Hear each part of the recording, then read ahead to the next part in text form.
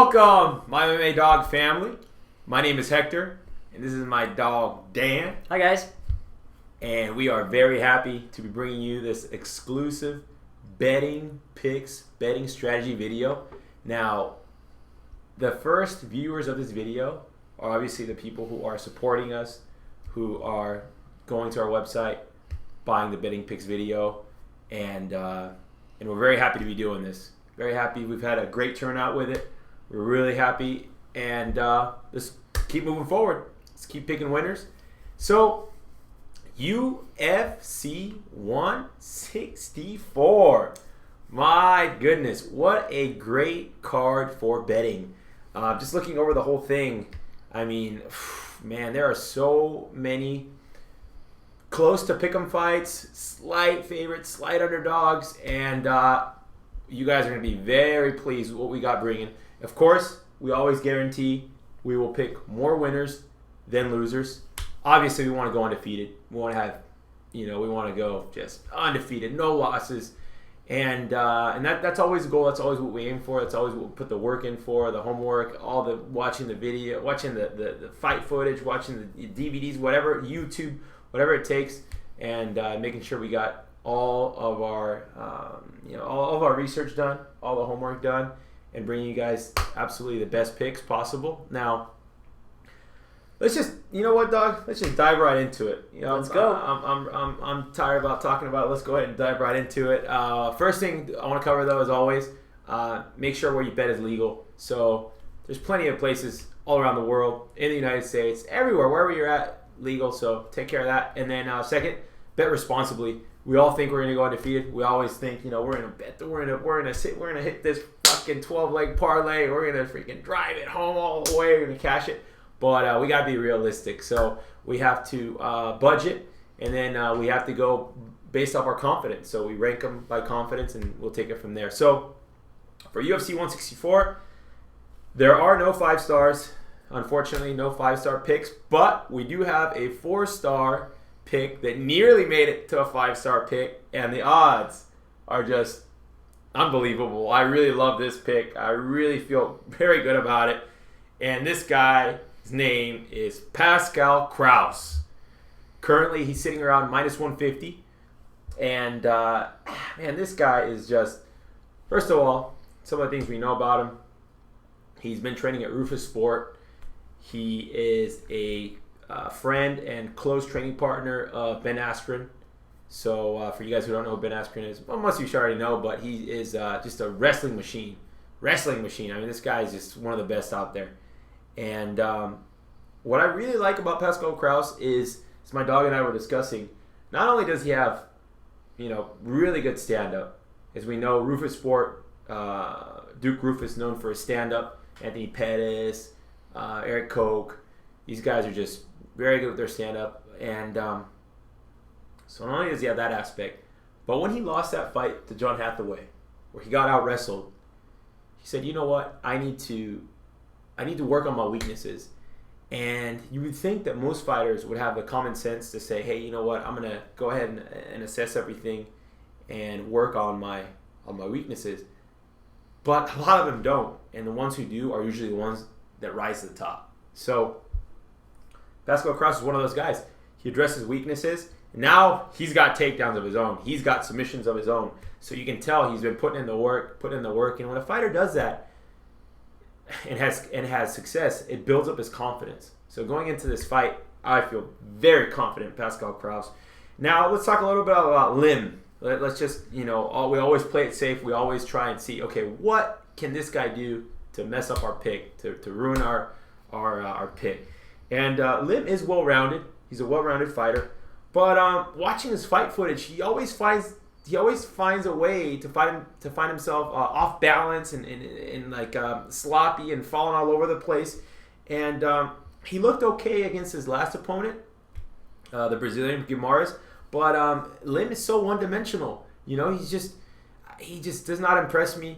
I can see why the line is where it is based off of his last fight, but it's very easy to predict what a guy is going to do when you're fighting him if he's only got one thing he can do. And with Guimaraes, it was get the takedown. He wanted to get the submission. He just kept going for it. And when a guy's not mixing it up, how Pascal Krauss will do, you're going to run into all kinds of trouble. So Pascal Krauss, very, very confident, 4 stars. So that's a medium to large play. Definitely parlay worthy. And let's keep moving on. So, Dog, do you have anything to add about Pascal Krauss that perhaps I didn't Currently, say? the line stands at -175 Krauss and +145 for Guy Lim. Mm-hmm. Yeah, there's some spots that have him around -150. So, around 175, 170, 150. But anything else that you see in Krauss that I didn't cover? I know you and I talked about. Watch out for the Superman uppercut. Yeah. What was you were telling me about how many times you see him throw it? I see him throw it 2 or 3 times every round. Yeah, so that's one of my dog's favorite attacks. Not only because it's flashy, but he can catch guys. Nobody else really does it. Mm-hmm. So very impressed with this guy. And then we'll move along here to our 3-star picks. So we've got a good amount of 3-star picks here. So another guy that I've been watching, and I'm very impressed by this guy, and his name is Kyung Ho Kang. So Kyung Ho Kang sitting around -200 right now. And last time I saw him fight, I was very impressed. I liked how he figured out the fight. He knew what he was good at. And followed the game plan. I really like his wrestling. I was impressed by his wrestling. And Bruce Leroy Caceres, he's one of my favorite fighters. Not because I like him, but rather because I like what he does in the octagon. So a lot of people will say, oh, I like this fighter. Well, you might like him because of his personality, or you might like him because of the way, I don't know, the way he looks, or whatever reason people like he's from the same city as you or whatever. But what I like about Caceres is the way he fights in the octagon. Just a fighter, looks for submissions, looks for the knockout, just works all over the place. And as much as I like Caceres, Kang deserved to win that fight. And of course, we know what happened now with Caceres testing positive for marijuana. But it was one of those fights where I was just really impressed by this guy. And what my experience has told me, and the history has shown me, when a fighter goes out and fights that way, and I get that impression that he left on me, majority of the time is a very good sign of things that are to come from this guy. So I expect him. I almost had him a 4-star. I really did. The reason I couldn't go with him as a 4-star is because Chico Camus is fighting at home, and he is a gamer. He goes in there and fights. But the reason he is a 3-star and not a do not bet is because Camus, this guy's fight IQ is on the lower end. One of those guys that I watch fight, I'm just like, what is this guy thinking? That fight he had with the Hawaiian kid, Dustin Kimura, this guy had those 2 rounds won, and this guy is just going in there being stupid and gets himself submitted. I mean, Chico doesn't really have any specialty. It's not like I look at his wrestling, I'm like, oh man. It's not like I look at his fight IQ, I'm like, hey, you know what? Let me look at his striking. Oh wow, he's just, he's well rounded. He's got his little tricks and things he can do, but he just has no specialties. He does train at Rufus Sport. I will give him props for that. Ben Askren did come out with him during the weigh-in. That I don't like seeing that, but like I said, if I pin these 2 guys up together, the majority of the time, Kang is going to win, and just very impressed with him. I really like what I see out of him. Right now, honestly, the way I'm looking at it, he is one of the Asian UFC fighters that I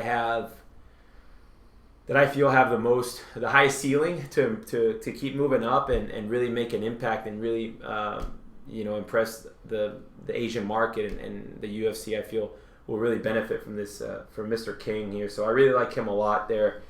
Moving on, so those are our 2 picks. The odds for this fight are -250 Kyung Ho Kang and +190 for Chico King Camus, and we are both very well aware that Chico Camus is from Milwaukee. Yeah, definitely. I want to point that out too.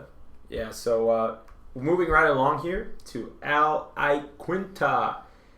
Now, Iaquinta,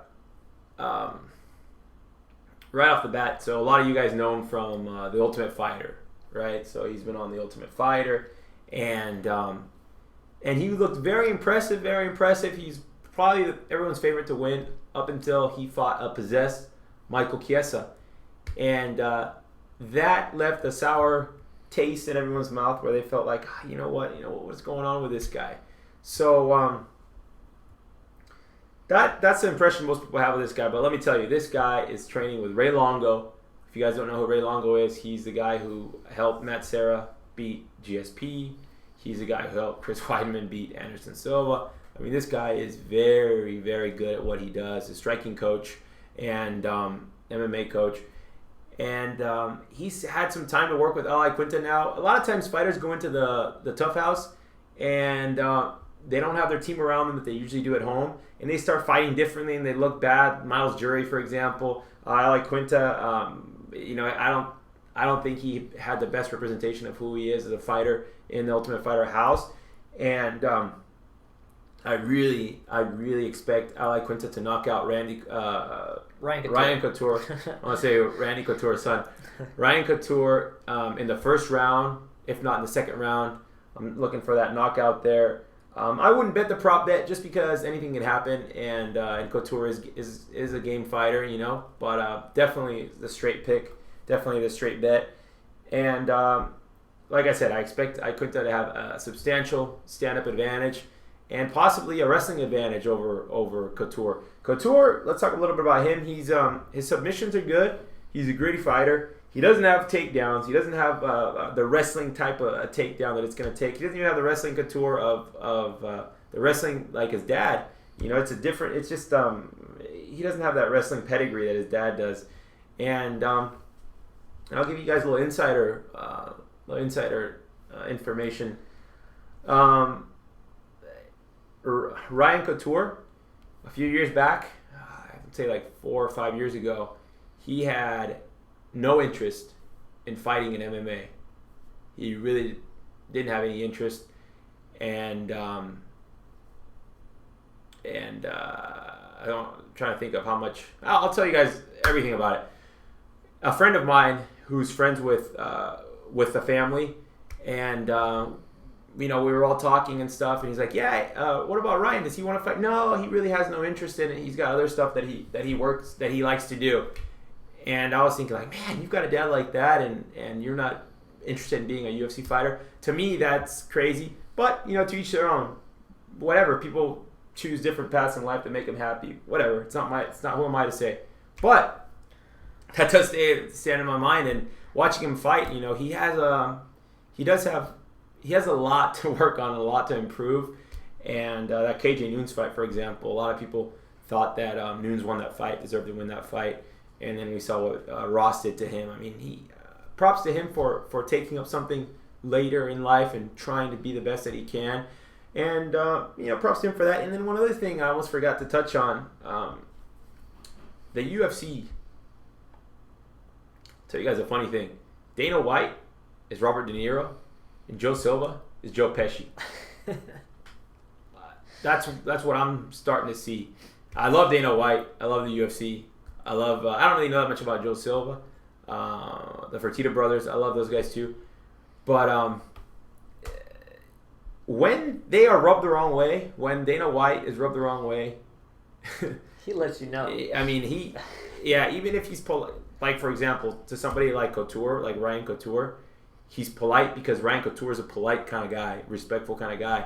But he's not going to make it easy on you. You know what I mean? And the beef he had with Randy Couture going back to the Affliction days when he wanted to fight Fedor and they couldn't bring Fedor in because M1 is crazy and they want to do a cross promotion. Now that Randy is with Bellator, it's in the back of Ryan's head whether he wants to admit it or not. If I lose in the UFC, I've looked decent enough to where I'll be able to land a deal with Bellator. And the Bellator is going to promote me. You know how Bellator promotes the good fighters they have. They make them sound like they're the best in the world or top 3 or top 2 in the world or whatever they say. So this is a fight that I feel like the UFC has set Ryan up to fail. And I can't. All those things I just shared, I just can't ignore that. And so I'm going with Iaquinta for sure. Dog, what do we got for the odds on it? Same as Camus King. Iaquinta stands at -250, and Ryan Couture going in at plus 190. Yep. If Ryan Couture realizes he probably lost that fight with KJ Nunes and he's got his back up against the wall with 2 losses in his mind, even though he's 1-1 in his last 2, we might see him come in there and take out Iaquinta. That's why we can't be more than 3 stars on it. Yeah, that's a good point. For guys who have their back against the wall, usually there's a better version of them that comes out. But I think that for this one, Iaquinta, he's just going to go out there and knock him out. Like I said, I'm not interested in props for this particular fight card because of the picks that you'll see I have here. But I see Iaquinta definitely having his way with Couture. So those are 3. Krauss, 4 stars. Kang, 3 stars. Iaquinta, 3 stars. And then we'll move on to the next pick. And this pick is going to be very surprising. And brings me back to the theme of UFC 164 for these fighters. And these guys coming up, I'll share with you guys what I feel like. My next pick, 3 stars, Jared Hamman. Now, right off the bat, when I think of Jared Hamman, I think, man, this guy's very hittable. His striking defense, is terrible. Most people think he has a terrible chin, but if you look at the amount of punishment this guy takes and continues to fight on and on and on, that's not a bad chin. That's just bad striking defense. So, that's what comes to mind, right? So, just want to keep it real with you guys. That's what I thought. Then as I started watching the fight footage, and I started taking a look at Magnus Cedenblad, and this guy, oh my goodness, this guy he's okay for the local European circuit. So he's fighting in Europe. He's gonna look decent. He's okay. But to put him in there in the UFC with Jared Hamman having 2 back-to-back losses, okay? Jared Hamman being very well-rounded, training with Vladimir Marchenko for a long time, and once again, he noticed that his back is up against the wall. He went to Colorado to train at Elevation MMA, and he's going to have that motivation. And that's the theme I was going to say. It's the motivation, having the motivation, being put in a position to succeed, saying, hey, you know what, we're going to put you up against this guy. Show us what you have. And, I saw it with Michael Johnson against Joe Lozon. That was just unbelievable. Joe Lozon looked like shit, but Michael Johnson looked excellent. And I've seen it in the past, and history repeats itself. Guys who have their back up against the wall, they show up, and they just look good. So I expect Jared Hamman to finish Magnus here. And once again, no prop bet. If you know something, if you got an insider, go for it. But I'm going straight bet at even money. You can even find him at plus money some places. Jared Hamman, a straight bet. That is a good bet. I like it. And Dog, what are the odds on it for? Currently we have Jared Hamman at minus 120 and Magnus Cedenblad at minus 110. Or, some of them might be a little different, minus 115, plus 105, but just really close pick 'em odds. And this should be a piece of cake for Jared Hamman, just based on overall experience. Yeah, a couple spots that I saw Jared, they actually had him as the underdog, slight underdog. So you can definitely find him if you look. And for the next fight, so we've got 1, 2, so we've got 4 down, a few more to go, 3 stars again. So we're going down the order here, and we got a heavyweight here, Palelei, and he's going now. Here's an interesting little story behind this one. So when Dana White went down under to Australia, New Zealand, all the Islander guys down there, they have a big following of UFC fans down there, and they were asking him, hey Dana, why don't you bring Palelei back to the UFC? We want to see him fight. And so once again, like I said, Dana White will make things happen that people want, and so he's bringing him in here. Now with Soa, we know what we're going to get out of him. We're only going to get like 2 or 3 good minutes, and then he's going to be done. But he does have power, and in this last fight, he fought a guy, a UFC vet, who and most people do respect his skills, and if you take a look at the people he's fought as well, the quality of opposition with Soa, and let's not overanalyze that fight. It's a pair of heavyweights. They're going out there, bang it out, and it's going to be over in the first round. So probably over after a couple minutes in the first round. So if that's the case, so I said, you know what, let me take a look at Nikita. Let me take a look at this Nikita guy, Krylov guy. And I started watching his YouTube fights, and this guy is terrible. His level of opposition, horrible. So I'm just thinking to myself, like, man, this to me looks like a fight they made so I could win, get a victory for him. You know, James Tehuna had a loss, and you know, they want to make it to where, you know, he has an opportunity to shine here. And I can't believe the line on this one. I mean, some spots have Soa as plus 175, and as good as 175. So, and I'm thinking to myself, what is this? Is this flip flop? And you know, as I've said before, I'm not a big value guy or odds guy. I'm more into let's pick the winner and bet it. So I'm thinking to myself, I'm scratching my head, thinking, what the hell? But it makes sense. If you take a look at Nikita's record, right? He's got a very impressive record. You look at, you know, all his finishes he's got, but really take a close look at his opposition, and you will see. And take a look at the YouTube fights. I mean, horrible opposition, horrible. If you take a purple belt or a blue belt in jiu-jitsu and throw him in there against, or a brown belt, not even a black belt, throw him in there against a bunch of white belts, man, he's gonna school on him. He's gonna shine on him. He's gonna make him look like fools, right? It's the same thing with these guys, and I really like Soa in this particular fight. So for the people who love underdogs, it's like I said, it's rare for me to feel this good about an underdog, and I do feel good about it. Obviously, it is heavyweights, and as my dog and I discussed, you know, you have to be very careful with heavyweights, because most of them have power, most of them can knock each other out. But at those odds, you know, I'm just thinking to myself, like, this should be an even fight, if not so a slight favorite. And it's just like, you know what, this one is all the way 3 stars. Let's go ahead and roll with it. So we got 1, 2, 3, 4, 5 down, 2 more to go. The next one is another heavyweight fight, and in this one we are taking Frank Mir. You can find him some spots at plus 150, so there is a nice juicy line for the underdog lovers there. Now, Frank Mir, here we take a guy who has been at the very top, hit a valley, a deep valley, and then but the consistent thing is he has fought quality opponents. He's fought the top guys. He's fought them all. He may lose. Usually he loses against top guys, but you know what? He's fought the best of the best recently. Josh Barnett used to fight the best, and he fought a couple of good guys recently, but Frank Mir has had the better opposition. Now, let's put that aside. Frank Mir is training at Jackson's, so we know he's got good training partners there. And Frank Mir also has, and not that this makes the biggest difference in the world, but of course he's got his TRT edge. So he's getting up there in age, but you know what? He's got his TRT. He's feeling good. He's feeling young. And with Josh Barnett, it's almost like a pride thing with these two guys, because Josh Barnett, a lot of people feel, is the best when it comes to grappling in the heavyweight division. And of course, in my opinion, Frank Mir is better.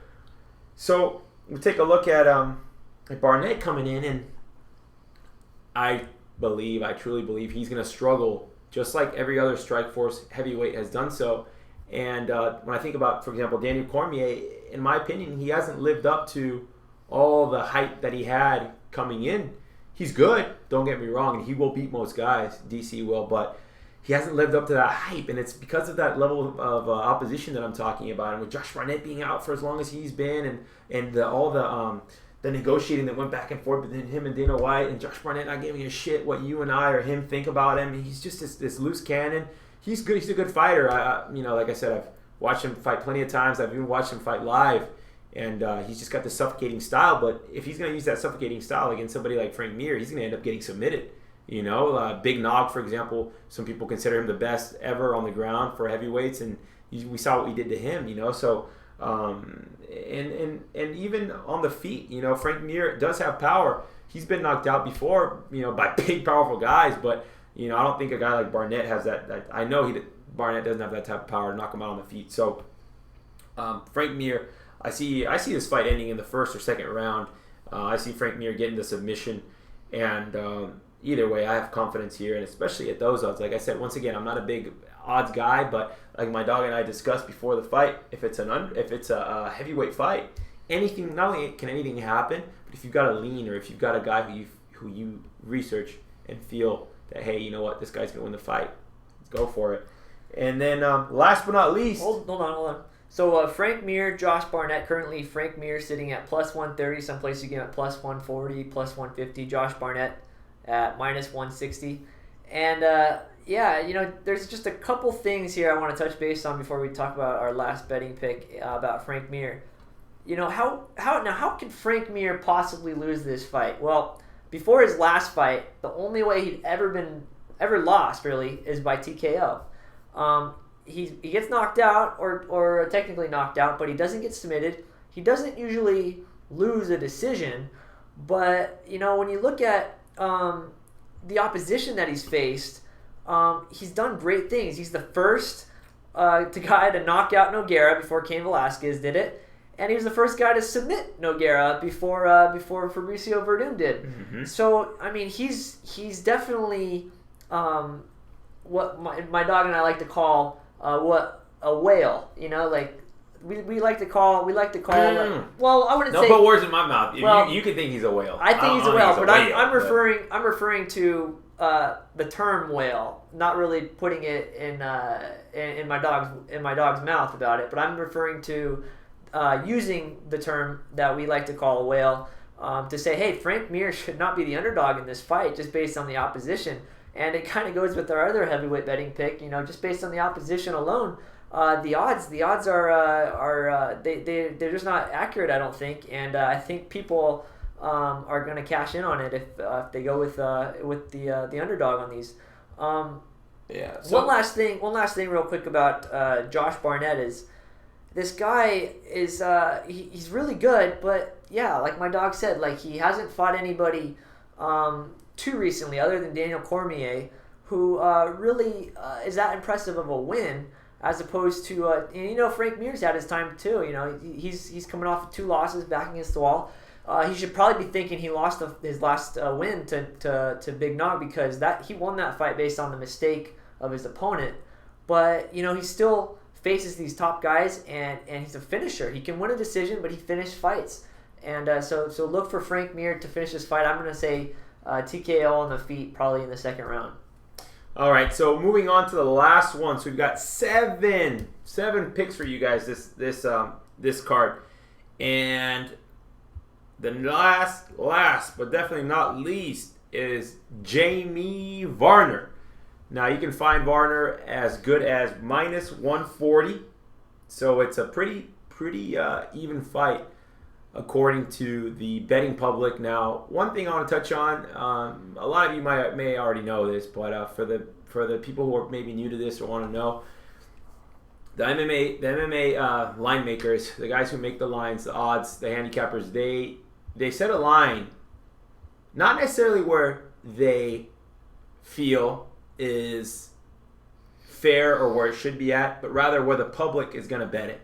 You see, so they want to get an equal amount of bets coming from each way, but the bottom line is the public decides where the line's at. If we all start laying the money down on Frank Mir, it's going to come down. The line's going to deflate. He's going to become a favorite. He's going to become a favorite. If we all start laying money on Josh Barnett, then he will become more and more of a favorite. So, and Frank Mir will be a bigger underdog. Maybe a bigger underdog, exactly. So that's one thing to keep in mind. So most of the time, well, actually, the majority of the time, the public is wrong. The public will lose. They'll lose, or they'll do something stupid.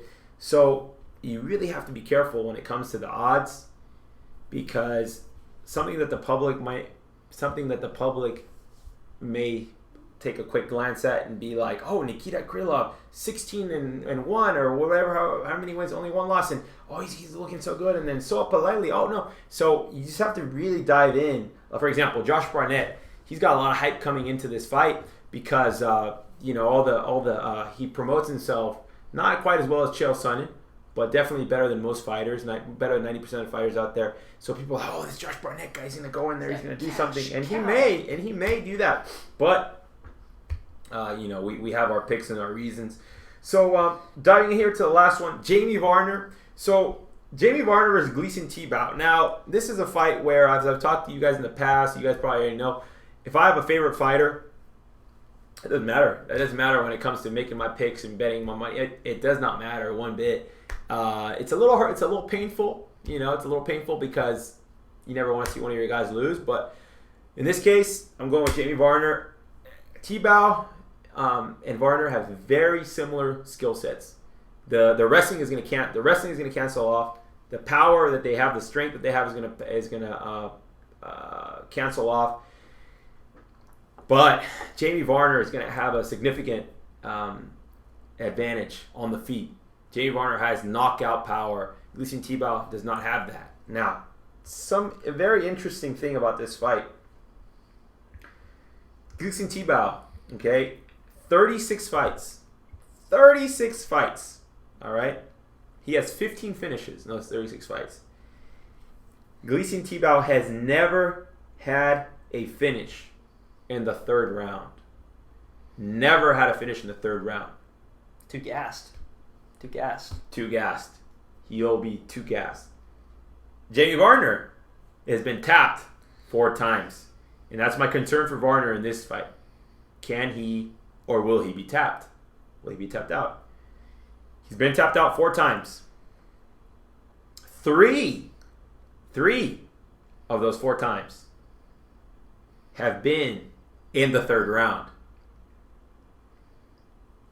So, if that's my biggest fear, that he will get tapped, and he is tapped in the third round, but Gleison Tibau doesn't tap people in the third round, that is one statistic, one number that really stands out. Now, obviously, my pick alone isn't based off just that, but that is a very, very glaring fact to me, and something that I'm just thinking to myself, like, wow, as much as I want to think that Tibau, as much as I want to play devil's advocate and say, oh, Tibau might submit him in the first or second round, Jamie Varner is way too fresh, way too strong, and he himself will gas or tire out in the third round. But once again, with the striking advantage and especially in those first 2 rounds, Jamie Varner, I feel, has an edge, definite edge here in this particular fight. And just being honest, with Gleison Tibau, it's only a matter of time before his stock just starts to decline to an area where I can't pick him. And this is the time right here. Jamie Varner, he only loses to top guys. With Gleison Tibau, or when he's so unfocused, going through whatever, I think he's back for good now. And let's not forget, Ben Henderson and Anthony Pettis are headlining the pay-per-view, and Jamie Varner may feel like he should be right there with these guys. So I feel his motivation will be at an all-time high. With Gleison Tibau, he beats mediocre guys, and then when he gets that top talent, top guys, he loses. And Jamie Varner is right about that level. So definitely feel confident about Varner here. So there it is. 7 picks for this card. I honestly, when I first started researching this, when the fights first started getting announced, I didn't think that it would get to this high of betting picks. But I see a lot of different, especially after watching the fights, different facts that are just glaring in my direction, and I can't ignore it. And I definitely don't want to pass up an opportunity where I see so many good bets to be made, and and to top it all off, to boot it all off, the odds. I know, like I told you guys, I'm not an odds or value kind of guy, but the odds are, some of these fights are just wrong in my opinion. Pascal Krauss, I can't believe that line on him right now, and amongst other ones. So there you have it. Of course, for you guys, we're going to send you guys a text file as well, so that way you guys can have it all there and take a look at it. Now we're gonna get to a part here. Just let me just finish up here with the last betting pick. Yeah, Jamie Varner, Gleison Tibau. These guys are two really exciting fighters, and Gleison Tibau, this guy is very intimidating. I think he's very intimidating. He goes in there and he looks pretty strong in the first round, even the second round, but there's vulnerability there. And with Jamie Varner, this will actually be my first time actually seeing Jamie Varner fight on TV, because ever since he came back into the UFC, or I should say, first time I've seen him fight live on TV. Ever since he's come back into the UFC, I've been at all 3 of his fights, and my dog and I were both there when he pulled the upset of the year against Edson Barboza. Yep. And and when he beat Melvin Melvin Guillard, but the judges somehow. Some idiot judge thought Melvin had won. I think it was Adelaide Bird. Yeah, it was. Yeah, Adelaide Bird gets just when she's wrong, and she was just wrong on that one. And the Joe Lozon fight, I was there in Los Angeles with my wife, and Jamie Varner looked like he was on a clear window decision. Broke his hand. And yeah, he broke his hand, and that was just enough for Joe Lozon to sink it in. Varner's gonna win this fight. And I might also I'd like to also add that all 3 of these fights, I wouldn't say I counted out Jamie Varner, but I definitely wasn't picking him to win, and he proved me wrong twice. So I'm gonna pick Jamie Varner in this one against Gleison Tibau. And Gleison Tibau, I think I've done pretty well. Last 4 or 5 fights, I'm pretty sure I've gotten them all right. I picked him when to win, and when he loses, he loses when he's supposed to. So it just comes back to what we were saying earlier. When he gets to that upper echelon of guys, it's not enough. It's not enough to be just a big, strong, powerful guy who dehydrates 30 pounds and goes in there. And as much as as much as I enjoy watching him fight. And like his whole attitude and everything, it's for Tibau. It's just not going to be enough for this night. Yeah, and the line currently sits at minus 140 for Jamie Varner and plus 110 for Gleison Tibau. And like you said, Dog, again, this is just, I can't believe it. I think Jamie Varner would be minus 200 at least. And he's not. Yep. So let's move right along here. Let's move right along to the rest of the UFC fight card. Which are do not bets. Yeah, so these are do not bets in our opinion. And we're going to tell you now, why. we're gonna break them down and talk about it and give you our picks. Perhaps there is a fight that you're looking to bet or would like to bet and want to see what we have to say about it. So, of course, we're going to cover that. And, we'll start off at the very top. Let's just go straight to the main event, UFC lightweight title fight. We have the champ, Benson Henderson, going up against the challenger and the guy who has beat him before in Anthony Pettis. Now, right off the bat, we can't forget this fight is in Milwaukee, Wisconsin at the Bradley Center. And this is right where Anthony Pettis wants this fight to be. Now, before we start jumping all up and down on it, let's kick it over to my dog here for the odds. Oh yeah, the odds currently sit for Anthony Pettis at plus 105. A lot of people might just be throwing it on that, and Benson Henderson at minus 135, which a lot of people also might see as just like wow. So, yeah, depends on what side you're on. So very even, very even. So now let's talk a little bit about Anthony Pettis. What do we know about him? His stand-up is unbelievable. The Showtime kick he had on Ben Henderson, I mean, it was just one of those moments where you're just like, wow, everybody just loves that kick. And watching him do those kind of innovative things in the octagon that we've never seen before makes me wonder, what else does this guy have in store?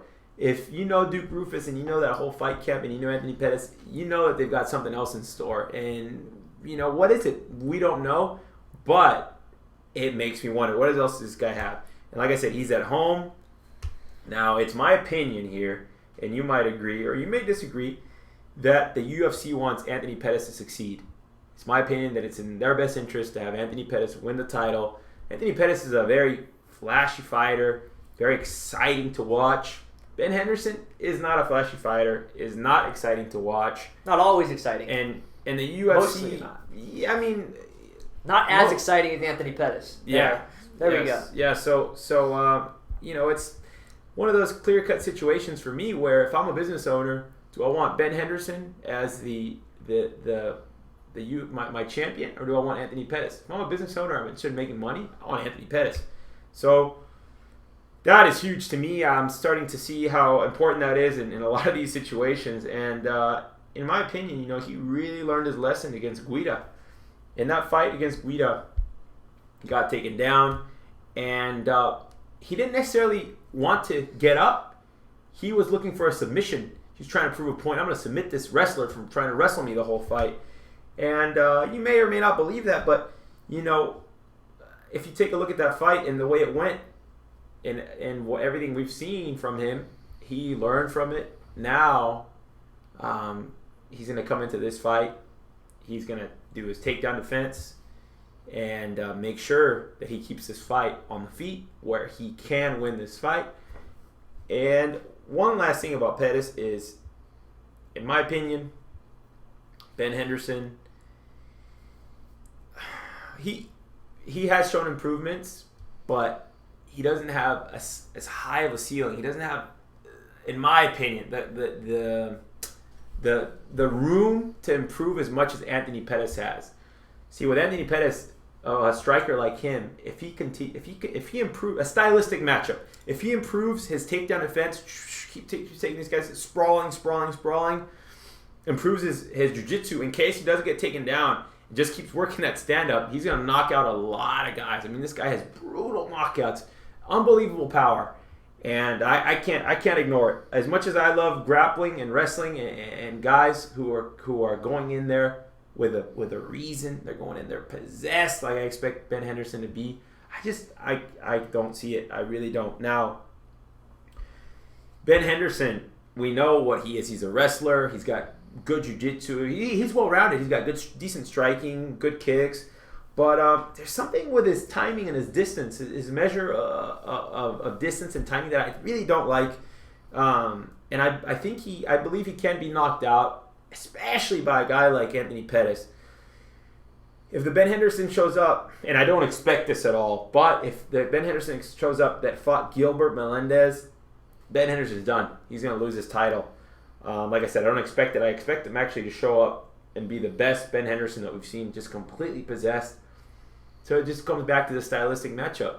If he can't get the fight to the ground, Anthony Pettis will knock him out. At worst, win a decision. And let's not forget, Anthony Pettis is flashy, and the judges, if this goes to a 5-round decision, the judges like that flashy style, kind of Anthony Pettis stand-up, Showtime style over Ben Henderson. So the reason I can't bet it is because I do have a lot of respect for Ben Henderson, and I know what he brings to the table. And after he got Showtime kicked like that, it's just I saw improvements in his game. Not only that, but he's just kind of coming here possessed. When he lost his belt, he lost it at home, and that's just a big disappointment. And now he's gonna think, you know what? I'm gonna come in here to Milwaukee as his home and make sure I put my stamp on it, show everybody that I deserve to be the champ. The first fight, I foobarred it, but I'm back. So that's why I can't bet it. Very close for me, but I just can't pull the trigger on it. But I am gonna go with Pettis. Dan, what do you have for us? Yeah, Dog. Well, let's go back in time for just a moment to December 16th, 2010, when both these guys first met in a 5-round title fight. Now, first of all, let's just talk about the rounds here. Ben Henderson won the first round, no doubt in my mind. The second round was close, and in a title fight, usually the close round goes to the champion, which would have been Ben Henderson. In my opinion, even though it was close, I gave round 2 to Anthony Pettis. The third round was all day Anthony Pettis. He got the back mount and didn't give up until the last 5 or 10 seconds of the round. And there's no chance Ben Henderson won the third round. The fourth round was very close. There was 2 very tight submissions. Ben Henderson had him in a rear naked choke. Anthony Pettis managed to get out of it and had Ben Henderson in a tight guillotine at the end of the round. And that was another one that could have gone either way, but because Pettis was in that position last, the judges gave him the fourth round. And everyone's seen the fifth round, or at least the last minute in the fifth round when Anthony Pettis landed the Showtime kick, and of course they're gonna give him the fifth round. So I totally see why two judges gave Anthony Pettis 3 rounds and Ben Henderson 2, and one judge gave Anthony Pettis rounds 2 through 5, and Ben Henderson only got round 1. But what has each guy done since that fight? Well, they were supposed to fight the winner of Frankie Edgar-Gray Maynard 2, because Gray Maynard beat Frankie Edgar the first time, and the second fight hadn't happened yet, and that fight turned out to be a draw. Then they were rematched for May. UFC 125. Yeah, and then they rematched for May, and both guys got injured, and they pushed it back till October. Well, Ben Henderson, Anthony Pettis, they can't just be sitting around waiting forever to fight these guys. So they gave Anthony Pettis Clay Guida, and Clay Guida took him to a decision wrestling and just basically showed him what the UFC is all about. And since then, and that was kind of like Anthony Pettis' recovery stage, I guess, because since then he's fought Jeremy Stephens, which was a split decision win, and then he knocked out Joe Lozon and Donald Cerrone. And I'm gonna go out on a limb, and I'm gonna go ahead and brag here for just a second. I called both of those fights. I said first round knockout Pettis. A lot of people were riding high on. A lot of people had Pettis beating Joe Lozon. A lot of people said Donald Cerrone was going to beat Anthony Pettis, and I think Anthony Pettis proved to everybody what a bum Donald Cerrone really is. I think he's just overrated, especially after that. I'll get to that in a second, though. But Ben Henderson, since coming into the UFC, has just been possessed. The Mark Bocek fight, the Jim Miller fight, the Clay Guida fight. And then a lot of people say, he lost Frankie Edgar both times, lost to Gilbert Melendez. Now, I do agree that he lost to Frankie Edgar in the rematch, and he did lose to Gilbert Melendez in a rematch. But we're picking the fights, and it's a close fight. Like I said, the judges are going to give the close fights or the close rounds more likely to the champion if the challenger doesn't do obviously enough. It wasn't a title fight. Yeah, Gilbert Melendez and Frankie Edgar in the rematch might have pulled off the decision, but because the fights were so close, the judges give it to the champion, and I think that's why Ben Henderson came away with that. I think Ben Henderson looked his most dominant as champion against Nate Diaz. His second most dominant performance before having the title was getting the title, and then obviously he was completely just obliterated Mark Bocek, Jim Miller, and Clay Guida. But Ben Henderson, like my dog said, from Glendale, losing the belt in Glendale, he's got to go defend it now in Milwaukee, where Pettis is from, and we could really easily see Ben Henderson possessed, absolutely possessed in this fight, and I think we will. Let me just cover Anthony Pettis, real quick again. I know I already said what he's done since he's been in the UFC. The Donald Cerrone, Joe Lozon knockouts, those were very, very, very impressive. No doubt about it, very impressive. But let's just go back the last couple weeks at the performance we've seen from Donald Cerrone and Joe Lozon. Now, when you look back to those fights, for a guy like Anthony Pettis, I would have expected nothing less. Nothing less. I would have thought like, wow, these guys stand no chance against this guy. And I already said that, but now I really I think the public's well aware of it with the Michael Johnson loss for Joe Lozon and the Rafael Dos Anjos loss for Donald Cerrone. And then before that, he lost to Clay Guida, and he won a split over Jeremy Stephens, who's not even in the division anymore. So I really feel like, and then you also have to think Anthony Pettis was supposed to fight earlier in the month against Jose Aldo. This kid's really good, but does he really know what he wants? I don't want to wait for Ben Henderson. I'm gonna go fight Jose Aldo. I got injured. But it's not really that much of an injury. I went through rehab. I got checked out. And I can fight at the end of the month instead of the beginning, and I'll just fight Ben Henderson because TJ Grant's injured. So he hasn't really prepared. I know you could say Ben Henderson hasn't been prepared for Anthony Pettis, but trust me, Ben Henderson's been preparing for Anthony Pettis for the better part of almost 3 years now, and he knew this was going to happen. And I want to believe that Ben Henderson's going to go out there and dominate for 5 rounds and everything. But I really feel that Anthony Pettis has gotten better also. Ben Henderson and Anthony Pettis have both gotten better. And I feel that if this fight goes distance, even though Ben Henderson's a champion, I think Anthony Pettis stands a better chance at winning a decision in this fight. And that's not to say Anthony Pettis won't knock out Ben Henderson. I doubt he'll submit him. But I feel like Ben Henderson, to win this fight, needs to go in there and put a bigger stamp than he did with Nate Diaz. He needs to go in there and finish this fight in Milwaukee and shut everybody up that everybody's riding Pettis. A lot of people said that recently Roy Nelson was going to go out there and knock out Stipe Miocic because he'd done that to his last few opponents, and Stipe proved everybody wrong. Joe Lozon's another example. There's a couple others I can't remember off the top of my head right now that I came up with, but a lot of people just Pettis. Doesn't matter who's going to fight Pettis. Oh, you already beat him once, you beat him again. Okay, well, I'm going to go with, I know my dog's got Anthony Pettis, we're split on this. I'm going to go with Ben Henderson, but it's also a do not bet. Mm-hmm. And I would not be surprised if we see another Chael Sonnen and Anderson Silva fight where Anthony Pettis just destroys Ben Henderson for 4.5 rounds and Ben Henderson pulls off the upset in the 5th round.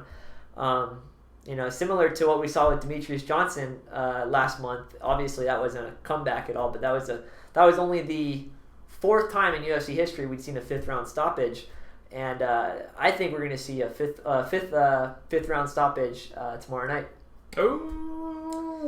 But now I'll share a funny little story with you guys that happened a couple days ago.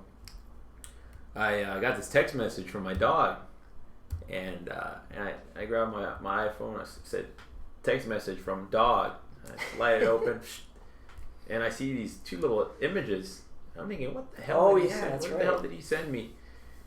And I look at it, and it says my dog's record, and it says Ben Henderson 4. My dog is 4-1. 5-1. 5-1. 5-1. Since he fought Jim Miller, 5-1. 5-1 predicting Ben Henderson. And then I see this other little image. I click on it. It says, "Was it Anthony Pettis 3-0?" 3-0. So I'm thinking, wow, dog. I said, I'm really impressed. I'm saying I'm really impressed. And I moved on with my day. I'm like, damn, my dog. My dog does have a good history of predicting the main event.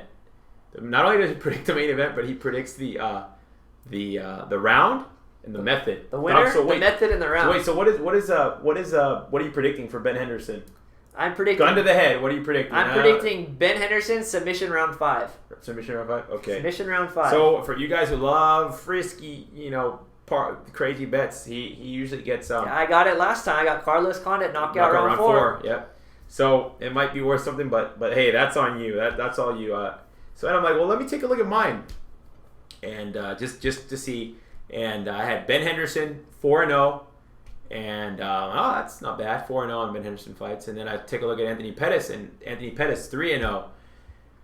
So I'm thinking, wow, 7-0. Okay, now I'm thinking to myself, I have never felt the way I feel about this fight for either one of these guys. When Ben Henderson fought Frankie Edgar, I didn't think Frankie Edgar was going to do it.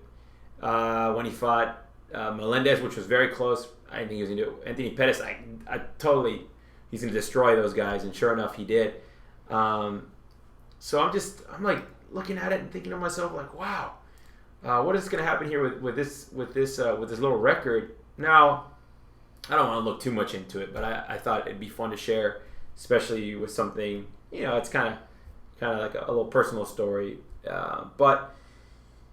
With all being said and done, you can't, with one guy having the belt and having a loss to a guy, and then having a chance to avenge that loss, it's very difficult to bet against Ben Henderson. And especially losing in the hometown, and now he's got a chance to beat him in his hometown. Yeah, I guess it just looks at one thing I can say is that it all depends on how you want to look at the glass. You can look at it half full or half empty. And I think Anthony Pettis, with his loss to Clay Guida, a lot of people are, and I don't blame, for example, my dog and other people who look at that fight and like, man, that was Clay Guida at 155, and he did that to him. And I don't blame them for that at all. It makes me raise my eyebrow too. But I think Anthony Pettis is going to take that as a learning lesson and say, what, screw that. I know what the judges are going to say, and I'm going for what's gonna take for me to win. Not only that, but I just think his stand up is improving so well. But So, all right, we'll find out on Saturday. We're only a few days away now, and my Dawgs got Ben Henderson. I got Anthony Pettis for our do not bets. Now, what do you got? Decision or finish? Anthony Pettis, decision. Decision. Yeah, decision. Okay. I think. I agree. I would say a decision. I would say knockout. I would say knockout, and it wouldn't surprise me of a knockout. Flashy knockout. But if Ben Henderson, if I didn't believe in my heart and also in my brain that Ben Henderson was going to go in there possessed, I would say Anthony Pettis by knockout, because that's how fast I see his stand-up improving. But because I expect Ben Henderson to be possessed, and I expect him to spend that much extra time and resource and energy into his whole game plan, looking at his weaknesses, I expect him to be able to survive. But like I said, I'm not interested in any prop bets for all of this card. There's just such a close thing. Such a close matchup in a lot of these fights. Not interested in any prop bets in this fight. I'm just interested in, especially when the odds are so even, in picking winners. So that's it. Let's move on to Clay, because we got some more talking yeah, to do let here. Me just remind everybody that was our first non-betting pick. Yeah. Just Yep. You can do whatever you want, but we can't guarantee a right pick on that. We're torn on it. Yep. Now we got Clay Guida versus Chad Money Mendes. A powerful 145-pounders, featherweights. Now, Chad Mendes, number 2 featherweight in the world. This guy is just unbelievable to me. Powerful wrestling, good hands, and he's always improving. They got Alpha Male team. They got Dwayne Bang Ludwig up there, Faber, Benavidez, Lance Palmer, a really good wrestler. So they got plenty of wrestling is not the problem up there.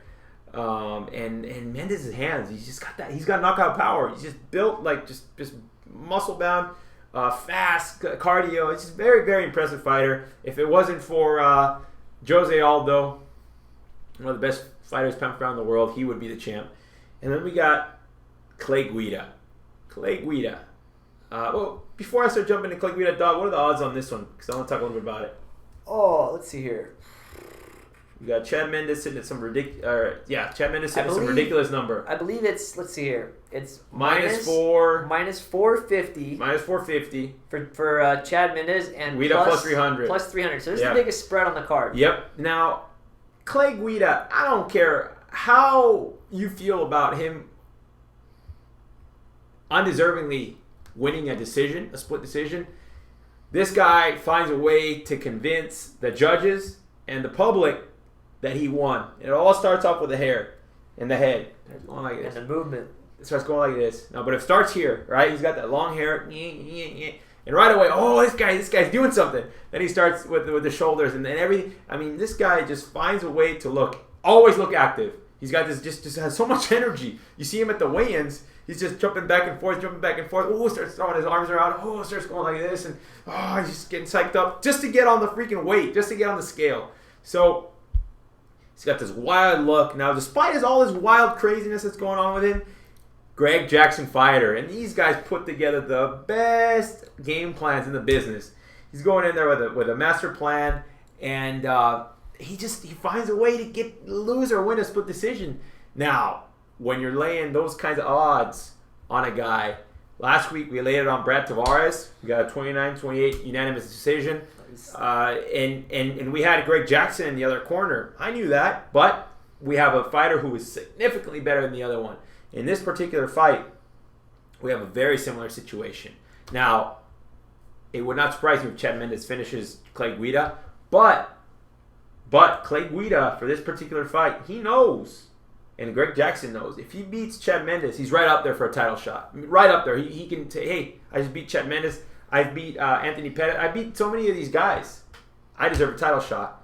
And with that Greg Jackson in his corner, Winklejohn in his corner, all the stuff he's shown us in the past, we don't need that. We don't need that shit. We don't need that shit in our lives. So I am gonna pick Mendes to win this fight. It would not surprise me if Mendes finishes. It's just gonna be very difficult for Clay Guida to work his game against a guy who's such rapid improvement with that wrestling that Chad Mendes has, powerful hands, knockout power. Clay Guida doesn't have the knockout power that Chad Mendes has. So I'm going with Chad Mendes. And but like I said, the line is crazy on it, and that's it. So Chad Mendes for the method of victory here. I'm going back and forth between a decision and a knockout, but since I won't be betting it, and since I don't recommend a prop bet on it or anything like that, I still Chad Mendes. Dog, Yeah. what do you got for us? Guida or Mendes? I too am also going with Chad Mendes, All right. and the reason this is a big do not bet is the line. Yeah. The line is not going to. If Chad Mendes does not knock out Clay Guida in the first round, the line will not reflect the way the fight goes, regardless if Chad Mendes wins. It will be interesting to see. Thank you for bringing that up. Yeah. It will be interesting to see what the live betting will be on this particular one. You see the live betting ones are just they fluctuate. Now, it's very difficult sometimes to predict, and one thing goes the other, blah, blah, blah. But it'll be interesting to see how this fight looks. But let's not get ahead of ourselves. If you're thinking about that, be careful because the judges, how the judges can be one nut sitting next to the other nut, sitting next to another nut. Hey, you know what? Man, what a foobar of a... Yeah, actually, to kind of touch with that, I remember watching the Manny Pacquiao fight against Timothy Bradley, and I kept watching it and watching the live lines in between rounds, and all the announcers who apparently didn't know anything about boxing said Manny Pacquiao had won like 10 out of the 11 rounds. Hey, already happened. hold on, guys. Give us just 1 second. What's up? How long are you gonna talk for this one? Just like 5 minutes. All right. 5 minutes. All right. I'm gonna kick it over to my dog. I gotta use the restroom. I've been drinking a lot of water. Drinking water is good for you. I gotta use the restroom real quick. But my dog, continue here. We got Mendes and Guida.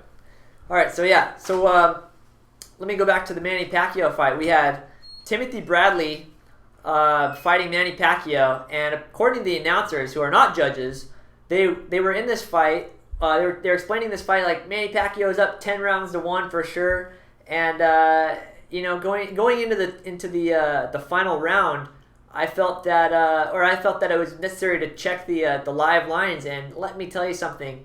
Timothy Bradley, who was a plus 300 underdog going into the fight, was a plus 2200 underdog going into the 12th round, and he pulled off a split decision in that fight and basically proved all the announcers wrong, that they didn't really know what they were talking about when scoring rounds, and that's not to say that the announcers stink. It could have been the judge's fault in another case, but yeah, I just feel like, and recently we've been watching some of the lines in between fights, and one of the most recent fights on Fox this past Wednesday, Dylan Andrews versus Poppy Abedi. Dylan Andrews won this fight as I believe a minus 270 favorite.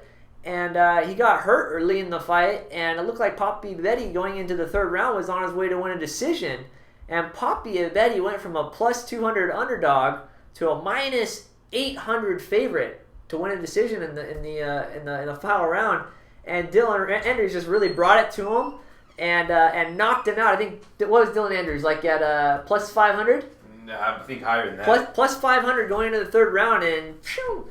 So anything can happen with these live bettings, and yeah. So I feel like this fight can go two ways: Chad Mendes by knockout or Chad Mendes by decision. But then again, I could also see Clay Guida with a decision, unanimous or split, doesn't matter. He's beat Anthony Pettis. The only reason he might have lost to Gray Maynard is because he had his hair in a ponytail and wasn't all dancing all over the place the whole time. But I feel like that the line, if Chad Mendes doesn't finish the fight early, the line isn't going to reflect the way the fight might go. And Chad Mendes says he's going to be the first guy to knock out Clay Guida, but what if he doesn't? Chad Mendes hasn't been to the second round since August 6, 2011. That was over 2 years ago. Yeah. So is Chad Mendes even prepared to go to round two? That's the question. And big heavy favorite like that, I don't want to put money on that. Yeah, too many question marks here. Too many question marks. With It'll be a good fight, though. The judges, It'll be a good fight. Anytime the judges are involved, it raises a big question mark. So yeah. Definitely a good fight. Definitely pay-per-view quality. Something I can get behind. And so we both got Mendes on it. We both agree. So, moving on here, we got Big Ben Rothwell, Mr. TRT exemption himself, against Brandon Vera. Now, I don't know if you guys watched the weigh-ins. If you haven't, Brandon Vera looks pretty juiced up to me too. You see his trapezius muscle, his upper back region. That's where most of the androgen receptors are. You see he's like that. And it could be just because he weighs 240 pounds now as opposed to 205. But still, you just see that and you just wonder, a lot of these guys at the top level are finding a way to get more hormones in their body without being caught. And to me, this one just screams, do not bet. Now, Vera, back at heavyweight, he's got a year layoff. Before that, he was around another year layoff, 35 years old. His last 2 fights that he fought at heavyweight, he lost. His chin just doesn't impress me. And a guy like Brandon Vera, to me, it just almost seems like he's hanging on for one last straw. He's hanging on that last branch. Like, I don't want, And when he was coming up, people were, he's going to be the next champion. He's going to be the heavyweight and light heavyweight champion and this and that. And he's just mentally, he's just not there. And unfortunately for him, it's going to be too late for him to do any of those aspirations or goals. But you know what? I think he'll go out here, give us an honest showing. And I believe he will win this fight. And I'll tell you why here. Ben Rothwell, it's his first fight with TRT, like I said. And TRT is not the end-all, be-all, but it does allow fighters to recover faster and train more. So an idiot with TRT who doesn't know how to train, doesn't know how to recover, doesn't know how to eat, doesn't know how to bring his body to rejuvenate, bring his mind to rest, an idiot isn't going to do anything with it. A smart guy, and it's debatable whether UFC fighters are smart or not. Some guys are just, you know what I'm talking about. It's debatable here with Ben Rothwell, and at the weigh-ins, he did not look any different than he's ever looked. To me, he looked worse than his last fight, which tells me he was already using TRT, or the people he's having him help him are idiots. So, now the things that concern me about him, he's at home, he's got a lot of power, and he's never lost 2 fights in a row. So he is a good fighter, not to take anything away from him, but he's overrated. In my opinion, he is overrated, and I prefer Vera in this particular fight. I really think that Vera, obviously, like I said, I'm not betting it, but I really do think that Vera is going to be in a better position, not having to worry about dieting and getting down. And Vera was never a ripped 205 fighter. He looked like either crash dieted or unhealthy. It didn't look like certain 205 fighters should look. It just didn't look right. And now at heavyweight, whether he's got some kind of eating thing going on or whatever it is, I feel like at heavyweight he's more relaxed. He's gonna be able to eat whatever foods he wants. He weighs like 240-ish, and I like him in this fight. So I'm gonna say Brandon Vera. I'm gonna say it ends in the first round. These 2 guys are gonna go out there and do it. But I can't bet this fight. I just can't do it.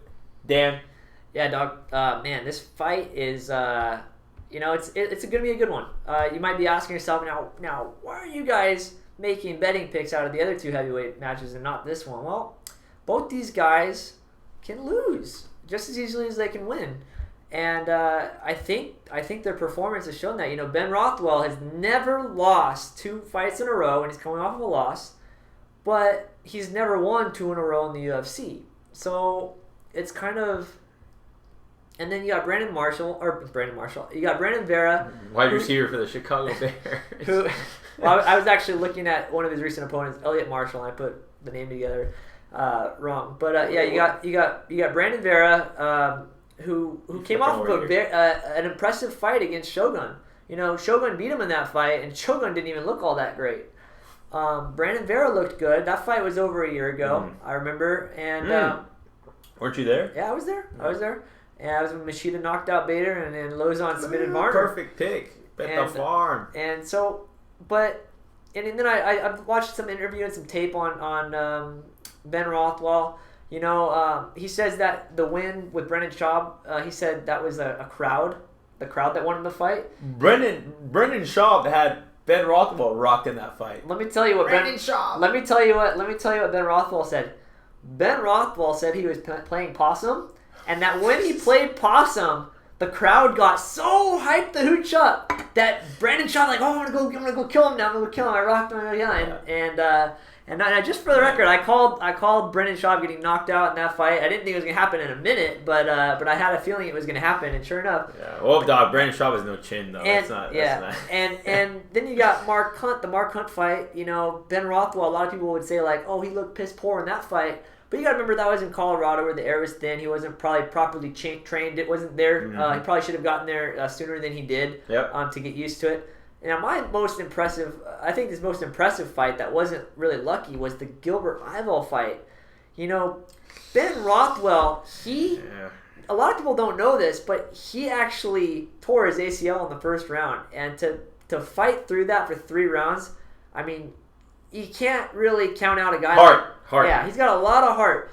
But Brandon Vera, he's just kind of like I remember when we saw him fight Thiago Silva at UFC 125.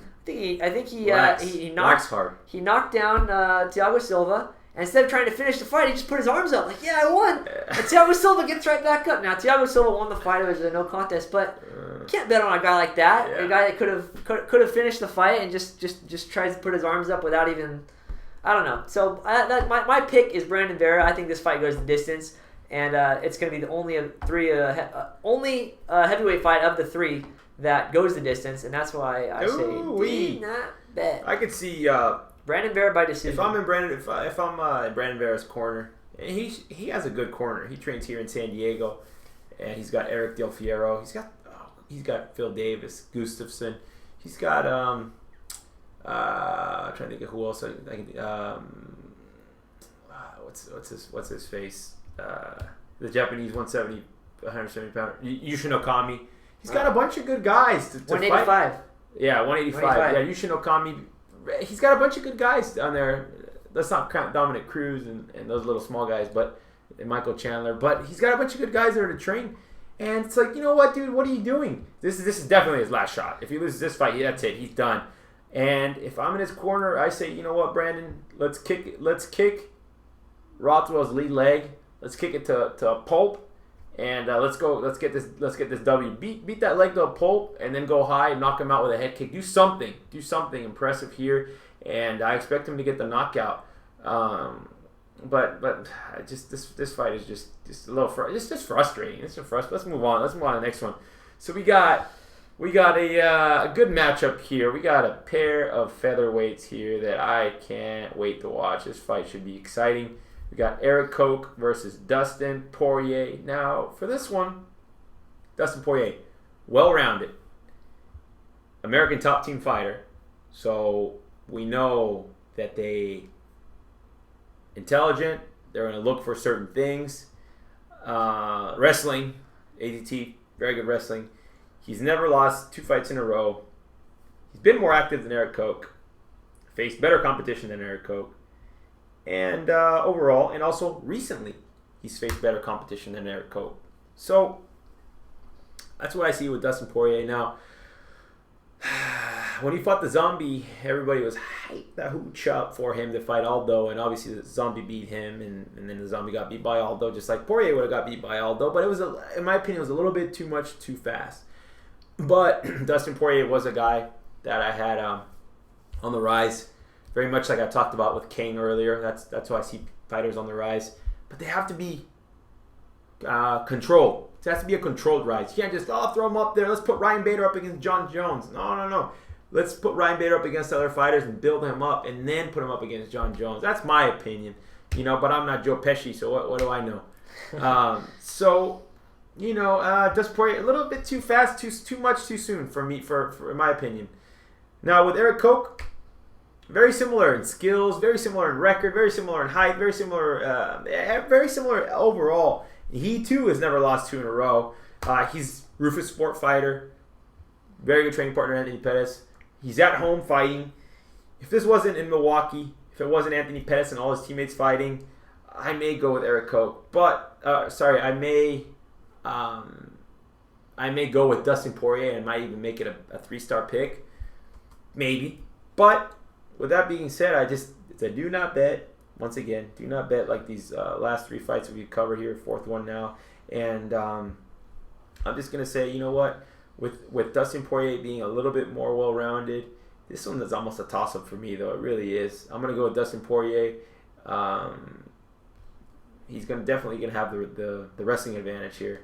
But Erik Koch is well-rounded himself. So do not bet. I'm going with Dustin Poirier by decision.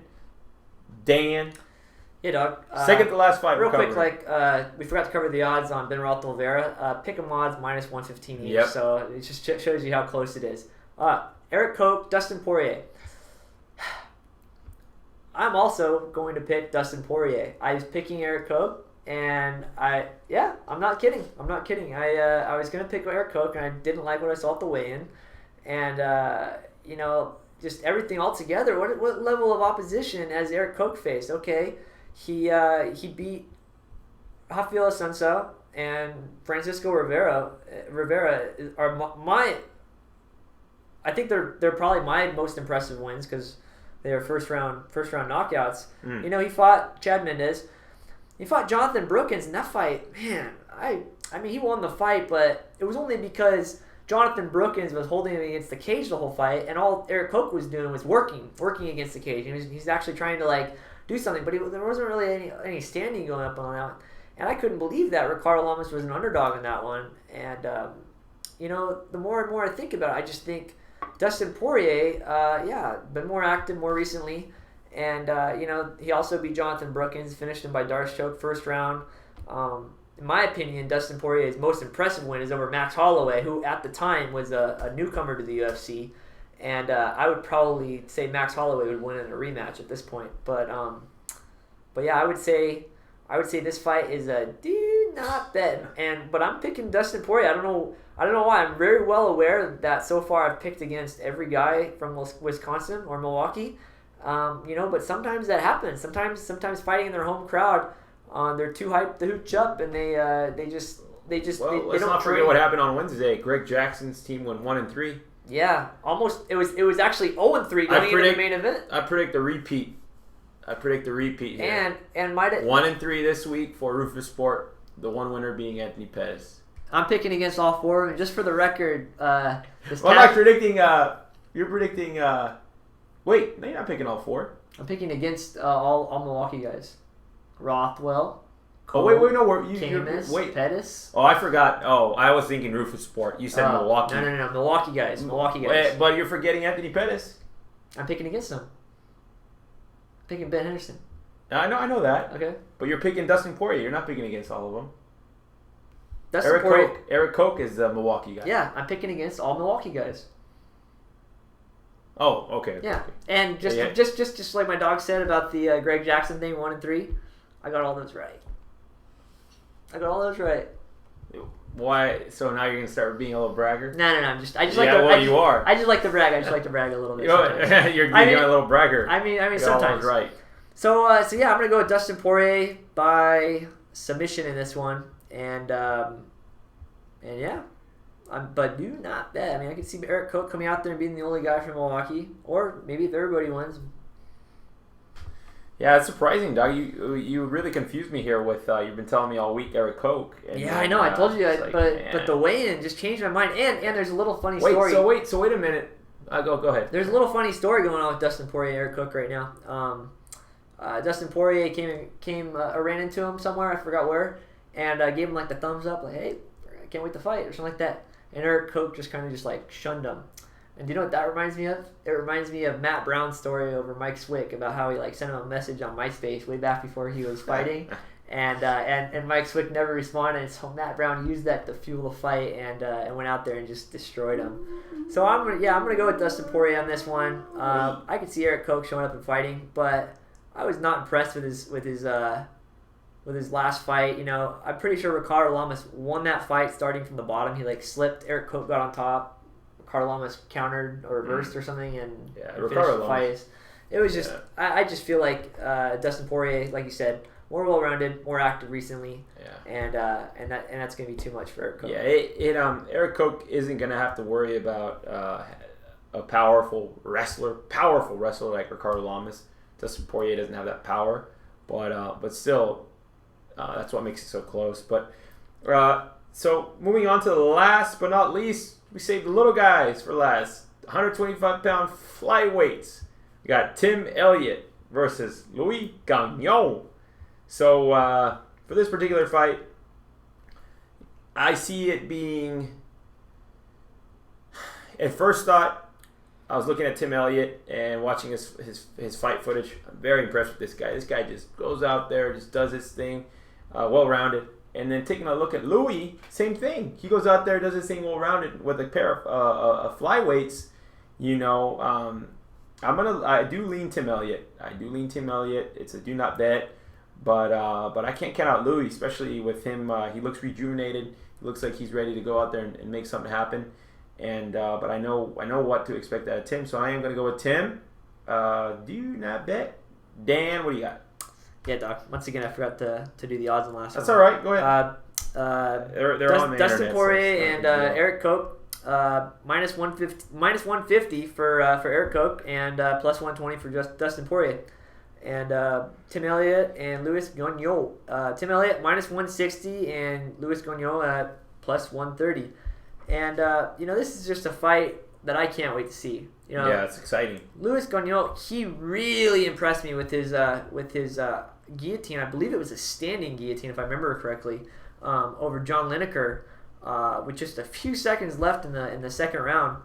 And Tim Elliott, man, I can't believe how much the odds makers counted out Tim Elliott against John Dodson. I mean, John Dodson barely won that fight, in my opinion. And I know he got injured, but Tim Elliott, man, what a fighter! And I remember his most recent fight. I think it was against Jarrett Papazian. How long ago was that? That was last year. Yeah, last December. That was actually a fight that I was worried for Tim Elliott in, because I don't remember what happened, but I remember Jarrett Papazian illegally hurt Tim Elliott in the first round. Sort of like what happened with the Manny Gambier Cole Miller fight recently, where you just think, oh no, going into the second round, like they should just stop this fight, make it a no contest. I don't want to lose my pick. I don't want to lose my money if I bet on it. But the guy recovers, much like a Frankie Edgar in the first round, and just takes it straight to the judges, unanimous decision. And I was really impressed with that. Now, I know you might be saying Jared Pazian, like, that guy just doesn't win at all. But believe it or not, Jared Pazian is a tough guy, and Tim Elliott took him out, or didn't take him out, but just proved who was the better fighter. Well, Timothy Elliott, and so I'm gonna go. Also, a do not bet because of Louis Gaudinot's style. He just goes out there and swings it out. Just doesn't care. Kind of reminds me of a mini Ben Henderson with green hair. But yeah, I'm gonna go Tim Elliott on this one by decision. I see this fight going 3 rounds for sure. I don't see either guy finishing. But Tim Elliott's gonna win at least 2, if not 3 rounds. Can't wait. So tomorrow the party starts. And the odds. Did I say the odds? Yeah, I said the odds. Minus 160 for Tim Elliott, plus 130 for Louis. Once again, competitive. Now the party tomorrow starts at 3:30 Pacific time. We got a nice late start. That way I can get myself a nice big brunch in, a nice workout in, and then get ready for these fights. Now, one thing I want to touch on before we go is. Thank you, our MMA Dawg family, for your continued support. There's a lot of you guys who continue to support us, and we really appreciate it. Like I've said in the past, we put a lot of time, energy, effort, a lot of heart into it, and we take pride in not only doing all those things, but also being successful and having winning picks. If you want to take a look at the numbers, feel free to visit the website. I was giving my dog a hard time about him saying, "Man, I got it right," but because people call us out when we're wrong. So yeah, I think it's important to we're not always wrong. Yeah, so it's of course just like with anything else in life, people like to point out the bad.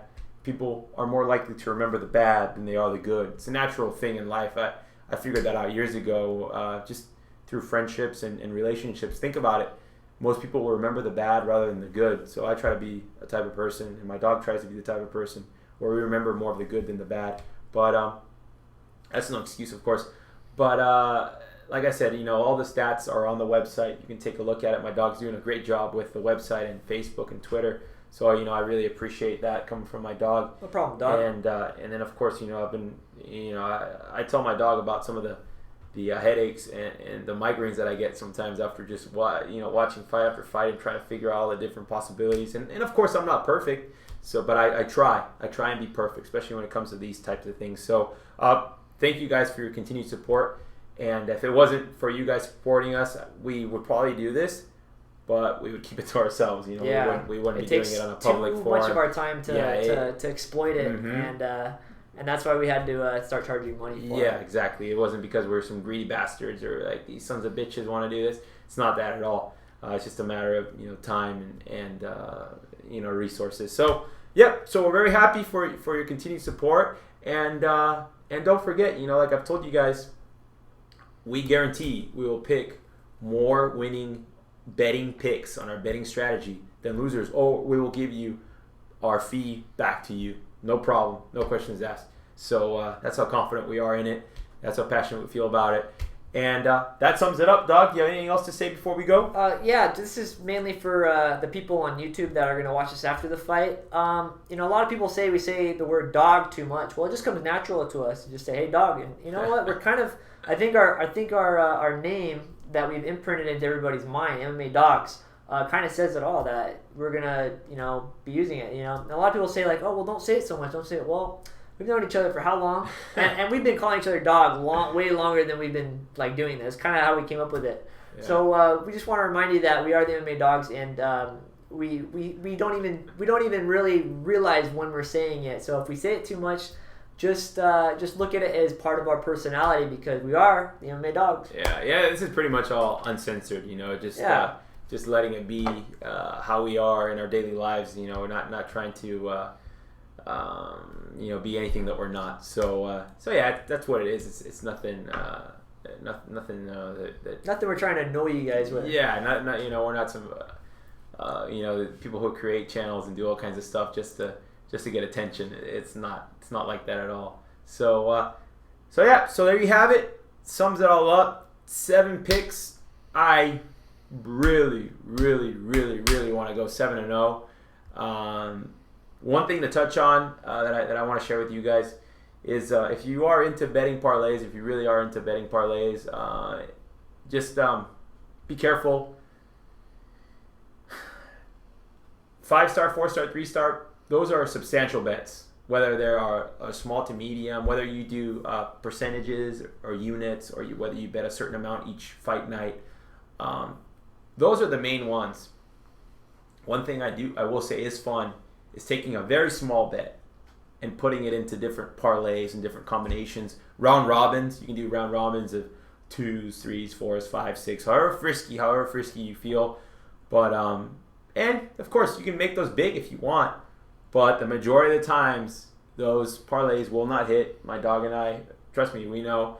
And just be careful with those. Make the substantial bets the straight bets. They're not as sexy. They're not as like, oh shit, I love that. But those are the ones that in the end are going to allow you to bet more and more each fight night, and allow you to see that you can have success in betting without blowing your money on it and saying, shit, and it's just something you have to be careful about. But I will tell you guys, it is fun, of course. It is fun, but just be careful about it, so that way you don't blow all your money in parlays. And of course, if you are successful at hitting those, then it's great. That's what we want. But just be careful, be alert of what you're doing, and have a game plan going into it. So with that being said, we'll send over the video file, the text file, the pics, and an example of a strategy you can follow on your wagers here, on your selections. So that's it. That's it for this one. Doug, how long do we go on this one? I have no idea. It's well over longer than our other ones. Yep. So we got a nice little video here, and once again, signing off. I wish we could watch. I wish we could all sit in the stadium and watch all the fights together, especially all of our clientele. That would be really cool. Maybe in the future we can work something out, especially in Vegas. And that's it. Yep. That's it for now. We'll talk to you guys later. Thank you guys for supporting. Yeah, thank you guys. Oh, and one more thing for the people who are watching on YouTube afterwards, after we release the fights, don't be intimidated or don't feel like you can't reach out to us. We've got our emails posted on our website. So if you have any questions, anything you want to reach out to us for, please feel free to do so. I know in the past there have been some emails that I've had that I hadn't had a chance to respond to, or that I didn't respond to. It wasn't because I was ignoring you. It was because I have so much to do, and there's so many other things that I have to prepare before I can jump on my email and respond to every little thing. So so feel free to send us an email, questions or anything like that, and especially if you've never bought the premium picks in the exclusive video, you might have some questions about it. You might want to know a little bit more about it. So feel free to shoot an email to my dog or myself or both of us. You can send it to both of us, and we'll get back to you. So with that being said, so long. We're signing off here, and we'll talk to you guys real soon. Bye, guys.